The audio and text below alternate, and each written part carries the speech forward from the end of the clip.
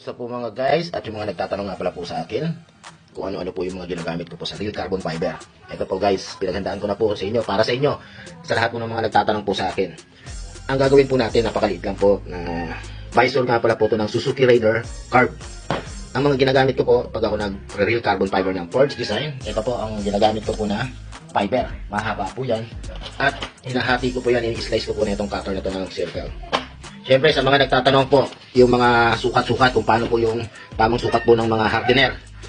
Eto na po, bumili na po ako ng timbangan para po sa mga lahat po na nagtatanong. At sa mga nagtatanong din kung ano po yung ginagamit ko po ng reset, eto na po, ang reset po na ginagamit ko, Poly Clear R99-S206 po. Ayan na po, maliwanag na po yan. At kung saan ko naman to binibili, sa mga nagtatanong pa rin po, sa online po to binibili. Hindi na po pwede dito sabihin ko anong online. Alam niyo naman kung ano yung sikat na online po na orderan. Dun po. Ito, kung saan ko rin yung binili, dun din po. Okay guys, abangayin na lang po kung paano po natin itong gawin, step by step. At kung ano po yung mga tamang timbang para po sa resin at sa hardener. Ang pinaka-importante lang naman po talaga sa pagtimbang, ito po dalawa na to. Para hindi po sumobra yung hardener natin, dun po sa resin. Magtatanong nga na naman nga pala po dito sa carbon fiber kung saan ko ito binibili. Kung saan ko po ito binibili, sa sikat po na online. Alam nyo na po yun. Salamat! Online. Yun po yun. Doon na lang po kayo bumili at makikita nyo po yung price na ito doon. Ito na po guys. Uumpisa na natin ang paggawa po sa real carbon fiber ko visor po ng Suzuki Raider Carb. Nilagyan ko siya ng masking tape para sa ganun hindi na po lumawa po dito sa pinakalikod yung resin. Ibinabahagi ko po sa inyo step by step pag ako gumawa po ng mga ganito. Tapos, ginuhitan ko po siya ng cutter pa-cross. Ang importante po sa lahat pag kayo guguhit, ito yung mga ganitong mga sulok-sulok na po curve. Yan po kasi hindi yung iba, hindi po na guguhitan. At meron po kasi akong tinuruan, taga Antipolo. Shoutout nga pala sa'yo. Nag-chat po sa akin at nagbuka daw yung dito niya. Pero nagbigay pa rin po ako ng paraan kung paano po diskartehan yung mga ganun. Kaya mas maganda po guys, pag mag-uumpisa, dapat isure nyo na magaspang na po at nagguhitan na po siya ng cutter. Para sa ganun, mas malakas kapit po ng resin doon sa i-apply nyo po doon sa panel na gagawin nyo. At ito po guys, mag-slice na po tayo. Depende na lang po sa inyo kung anong gusto niyo po. Mahaba ba o maliliit. Sa akin po, mag-slice po ako ng katamtaman lang. Tapos na medyo mahaba doon sa pang-ibabaw.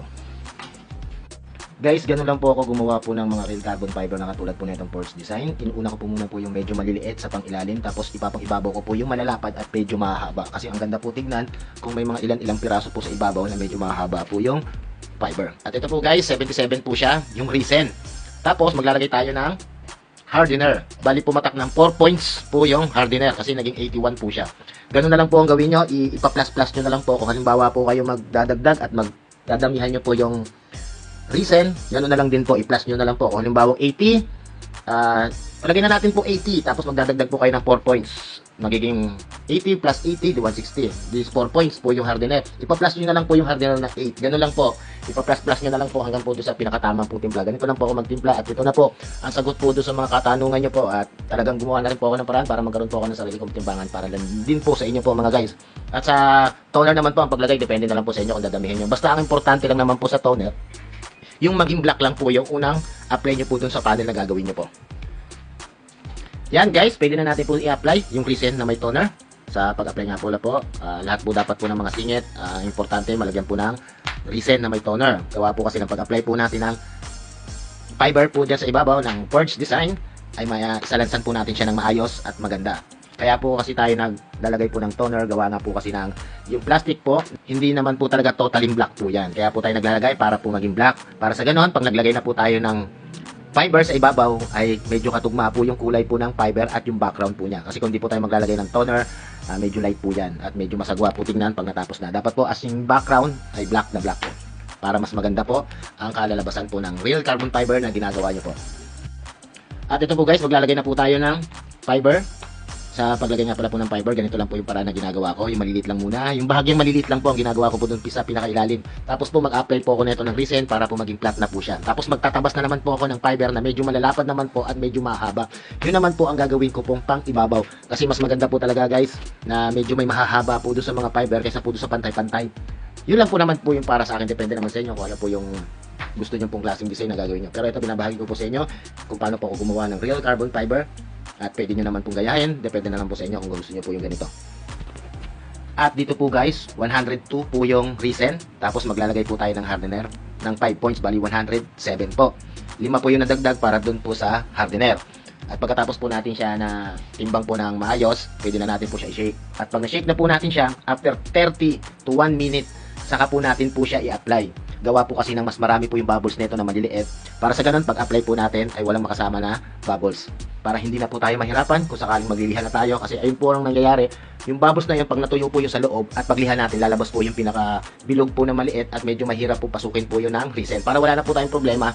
At tapos na po yung 30 seconds. At ito na po yung itsura po ng resin. Medyo mapula-pula siya. Gawa po kasi ng na-mix natin po siya ng maayos at hinintay po natin mawala po yung mga bubbles. Pwede na natin po siya i-apply pag ganun po, nawala na po yung bubbles para wala na po tayong problema kung sakali natin lihihain na po to. Second coat ko na nga pala to mga guys, yung unang first coat ko, nilagay natin po yung mga maliliit po na fiber at pagkatapos, naglagay po ako ulit nito sa ibabaw po ng medyo mahaba. Kasi mas maganda po para sa akin, medyo may mga mahaba po na fiber. Tapos, ito na po yung second coat. Bali po yung mahabang fiber, pinapatungan na natin po siya ng second coat na resin. Bali guys, nakikita ko po dito, medyo makapal po yung mga patong-patong po na fiber. Aabot po ito sa mga 5 coat. Bali 5 patong po ang mangyayari po dito na resin. Yan guys, abangan nyo na lang po ang part 2 po nito. Yung katapusan po na at ipapakita ko rin po sa inyo sa part 2 po nito kung paano ko po siya niliha at paano ko po siya tinapos. Kita-kits na lang po ulit tayo mga guys. Bye bye. Thank you for watching guys. Bye.